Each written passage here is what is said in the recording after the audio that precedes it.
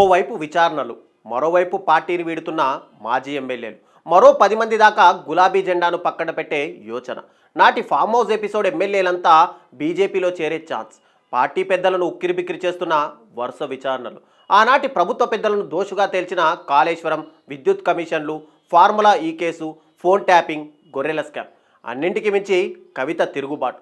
ఇది ప్రస్తుతం బీఆర్ఎస్ పరిస్థితి. ఇదంతా చూస్తుంటే కేసీఆర్ను అష్టదిగ్బంధనం చేసే ప్లాన్ ఏదో జరుగుతుందని అనిపిస్తోంది ఎవరికైనా. వాస్తవంగా అదే జరుగుతుందా? కారుదారులు మూసుకుంటున్నాయా? Watch the story. తెలంగాణ రాష్ట్ర సాధన కోసం పుట్టిన పార్టీ, 10 ఏళ్ళు రాష్ట్రాన్ని పాలించిన పార్టీ ఒక్క ఓటమితో ఇప్పుడు ఉక్కిరి బిక్కిరి అవుతోంది. ఒకవైపు ఊపిరి సలపనివ్వని విచారణలు వెంటాడుతుంటే, మరోవైపు పార్టీలోని కొందరు సీనియర్ నేతలు, మాజీ ఎమ్మెల్యేలు గులాబీ పార్టీకి గుడ్ బై చెప్పేందుకు సిద్ధమవడం మరో తలనొప్పిగా మారింది. పార్టీలోని పెద్ద లీడర్లే కేసుల్లో చిక్కుకుంటూ ఉండడంతో భవిష్యత్తులో రాజకీయం పక్కన పెట్టి ఆ కేసుల చుట్టూనే తిరగాల్సి వస్తుందని సన్నిహితుల వద్ద చెప్పుకుంటున్నారు. ఇలాంటి సమయంలో తమ రాజకీయ భవిష్యత్తును ముప్పు ఏర్పడుతుందనే ఆందోళనలో ఆయా లీడర్లు ఉన్నట్టు తెలుస్తోంది. ఇప్పటికే మాజీ ఎమ్మెల్యే గువ్వల బాలరాజు పార్టీకి రాజీనామా చేయగా, మరో 10 మంది మాజీ ఎమ్మెల్యేలు కాషాయ కండువా కప్పుకునేందుకు సిద్ధమవుతున్నట్టు సమాచారం. ఇందులో ఎమ్మెల్యేల కొనుగోలుకు సంబంధించి మొయినాబాద్ ఫామ్ హౌస్ వ్యవహారంలో ఉన్న ఎమ్మెల్యేలు కూడా ఉన్నట్టు తెలుస్తోంది. వీరం హర్షవర్ధన్ రెడ్డి, రేగా కాంతారావు, పైలట్ రోహిత్ రెడ్డి బీజేపీలో చేరబోతున్నట్టు, బిఎల్ సంతోష్తో మంతనాలు జరిపినట్టు టాక్ వినిపిస్తోంది. 5గురు బీఆర్ఎస్ మాజీ ఎమ్మెల్యేలు ఢిల్లీలో బీజేపీలో చేరుతున్నట్టు సమాచారం. ఓవైపు 10 ఏండ్ల పాలనలో జరిగిన ఆర్థిక అవకతవకలపై విచారణలు, మరోవైపు మాజీ ఎమ్మెల్యేలు పార్టీని వీడుతుండడంతో బీఆర్ఎస్ పార్టీ భారీ కుదుపు ఎదుర్కొంటోంది. దీనికి కేసీఆర్ కూతురు కల్వకుంట్ల కవిత తిరుగుబాటు తోడు కావడంతో గులాబీ పార్టీ పరిస్థితి మూలిగే నక్క మీద తాటికాయ పడ్డట్టుంది. ఆ పార్టీకి నలువైపులా ఉచ్చు బిగుస్తోంది. ఒక రకంగా చెప్పాలంటే పార్టీలో ఓ కల్లోలమే చెలరేగుతోంది. ముఖ్యంగా కవిత తీరు పార్టీకి అతిపెద్ద తలనొప్పిగా మారడంతో పార్టీని ఎలా గాడిలో పెట్టాలన్న దానిపై పెద్దలు ఉక్కిరిబిక్కిరైపోతున్నారు. ఒకదాని వెనుక మరొక సమస్య వస్తుండడంతో ఏం చేయాలో తెలియక తలలు పట్టుకుంటున్నారు. ఇప్పటికే గొర్రెల స్కామ్లో 1000 కోట్ల దాకా దోచుకున్నారని ఏసీబీ విచారణలో తేలింది.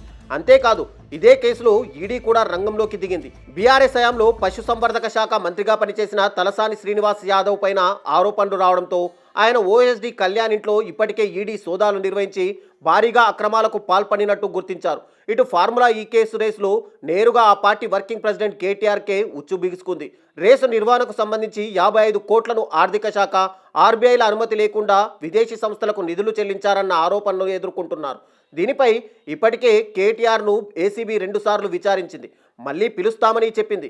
ఇక బీఆర్ఎస్ పార్టీకి ఫోన్ ట్యాపింగ్ అతిపెద్ద సంకటంగా మారింది. ఇప్పటికే ఫోన్ ట్యాపింగ్లో కీలకంగా వ్యవహరించిన అధికారులను సిట్ విచారిస్తుండగా, ఈ వ్యవహారంలో కేసీఆర్ వైపే అన్ని వేళ్లు చూపిస్తున్నాయి. బాస్ చెప్పినట్టే చేశామని అధికారులు కుండబద్దలు కొట్టారు.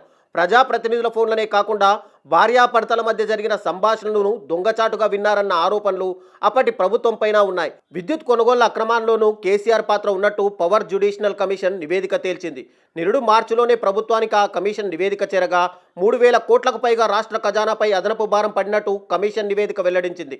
ఛత్తీస్గఢ్ నుంచి అధిక ధరకు కరెంటును కొనుగోలు చేయడం వల్ల అది ఖజానాపై ప్రభావం చూపిందని పేర్కొనగా, వాస్తవానికి పవర్ కమిషన్ విచారణకు రావాల్సిందిగా కేసీఆర్కు నోటీసులు ఇచ్చినా ఆయన హాజరు కాలేదు.